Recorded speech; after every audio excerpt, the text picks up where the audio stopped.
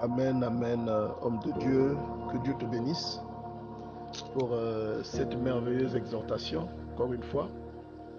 Bien-aimé dans le Seigneur, j'ai partagé 1 Samuel chapitre 22, verset 1, là où la Bible, qui est très claire avec nous, nous dit que à partir de là, David prit, non, à partir du verset 1, on dit, David partit de là et se sauva dans la caverne d'Adulam. Ses frères et toute la maison de son père la prirent et le descendirent vers lui.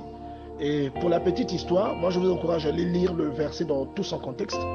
C'est qu'à cause du fait que Dieu est rentré dans la vie de David, cela a entraîné dans sa vie une série d'éléments très pénibles pour lui. Hein? Le fait que Dieu soit venu dans la vie de David, il est entré dans sa vie. Tout le monde a su que Dieu est dans sa vie. Quand il tentait quelque chose, ça marchait. Lorsqu'il y avait une impossibilité, il renversait. Mais ça a attiré une série d'événements très, très douloureux pour David. Vous voyez? Beaucoup d'événements douloureux. Il a dû laisser le confort dans lequel sa nouvelle position l'avait placé, dans la position du gendre du roi et du champion d'Israël. Il a laissé ce confort pour prendre le maquis. Il allait se réfugier dans la grotte d'Adulam. Et donc il vivait maintenant comme un maquisard. Et le verset qui vient après explique que tous ceux qui avaient des contentieux, tous ceux qui avaient des créances, se sont joints à lui pour passer du temps avec lui. Donc vous voyez ici que c'est une personne à qui Dieu a donné une grâce. Mais que cette personne-là, malgré tout, malgré la grâce qu'elle a reçue de Dieu, la personne la souffre. Elle a pris le maquis. Quand tu prends le maquis, ça veut dire que tu n'as plus le petit déjeuner qu'on te sert le matin. Ça veut dire que tu te parfumes plus, tu ne te lèves plus dans des aromates, dans de l'eau parfumée. Toutes ces choses-là, tu ne les fais plus. Vous voyez, tu ne les fais plus. Parce que tu vis maintenant dans une caverne, tu vis dans des montagnes, tu dors à la belle étoile. Voilà.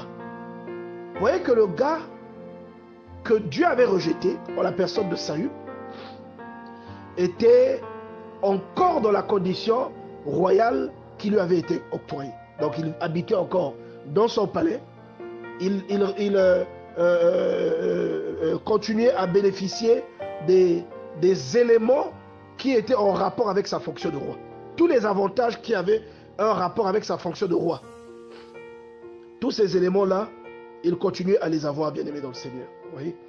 Donc, et vous allez remarquer que malgré tout, David va faire au moins 7 années. Vous allez remarquer, bien aimé, que David va faire au moins 7 années de maquis. Vous voyez? Où il a dormi à la belle étoile, il a vécu de pillage et d'excursion, d'une vie de mercenaire. Il louait service au roi Achis, par exemple. Donc, il n'a pas vécu avec des signes que nous avons l'habitude d'octroyer à la bénédiction. C'est-à-dire que des signes où nous voyons que vraiment Dieu est dans la vie de cette personne, parce qu'il n'était pas dans l'abondance. Il n'était pas dans l'abondance, il n'était pas en paix, il n'était pas tranquille. Il a passé son temps à se battre. Voyez? Même lorsque Saül meurt, vous allez voir que David va devenir roi de Hébron. Il va régner sur Hébron pendant 7 ans, si ma mémoire est bonne. Et même pendant le règne de Hébron, puisque le fils de Saül était roi d'Israël, donc il y aura une guerre civile entre Israël et Juda.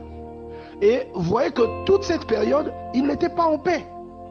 Oui. Par contre, Saül, que Dieu avait rejeté, il continuait à bénéficier de ses attributs royaux. Il continuait à vivre paisiblement jusqu'au jour où il est tombé entre les mains des Philistins.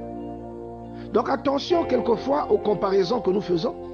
Et j'avais partagé aussi le livre des psaumes, au psaume 18, verset 5, il dit, c'est David toujours qui parle, les liens de la mort m'avaient environné et les torrents de la destruction m'avaient épouvanté. Vous voyez? C'est-à-dire qu'à un certain moment, il y a des choses qui arrivent dans ta vie, tu vas te demander, mais où est mon Dieu? Mais ce n'est pas parce que ces choses t'arrivent que ton Dieu n'est pas là. Et dans le psaume 23 également, il nous dit, quand je marche dans la vallée de l'ombre de la mort, je ne crains aucun mal car tu es avec moi. C'est-à-dire que quelqu'un, il dit que Dieu est avec lui. Mais il dit quand même, il marche aussi dans la vallée de l'ombre de la mort quelquefois. Vous voyez? Mais pourtant Dieu est avec lui. Il dit, je n'ai pas peur parce que tu es avec moi. Mais il dit que c'est au moment où je suis en train de marcher dans la vallée de l'ombre de la mort. Donc quelquefois, là où tu es descendu, dans le trou profond dans lequel tu es en ce moment, ça ne signifie pas que Dieu n'est pas avec toi. Ça ne signifie pas que Dieu t'a abandonné.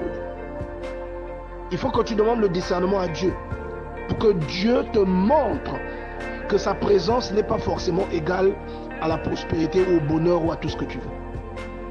Il faut que Dieu te montre quelquefois, il va te laisser aller dans un trou, c'est pour ton bien aussi toujours, mais que ce n'est pas à cause du trou que toi tu estimeras que Dieu n'est pas dans ta vie. Et un autre exemple que j'allais prendre, c'était l'exemple de Joseph, qui est vendu comme esclave dans la maison de Potiphar, mais qui, de tout esclave qu'il était, devient la source de bénédiction et de prospérité de Potiphar. Mais pourtant, lui, il était esclave. Vous voyez? Donc, bien aimé dans le Seigneur, que Dieu nous aide à comprendre qu'il y a beaucoup de choses, que beaucoup d'éléments que Dieu nous enseigne, qui doivent nous servir. Nous devons discerner afin de ne pas pécher et de bien comprendre ce que Dieu attend de nous.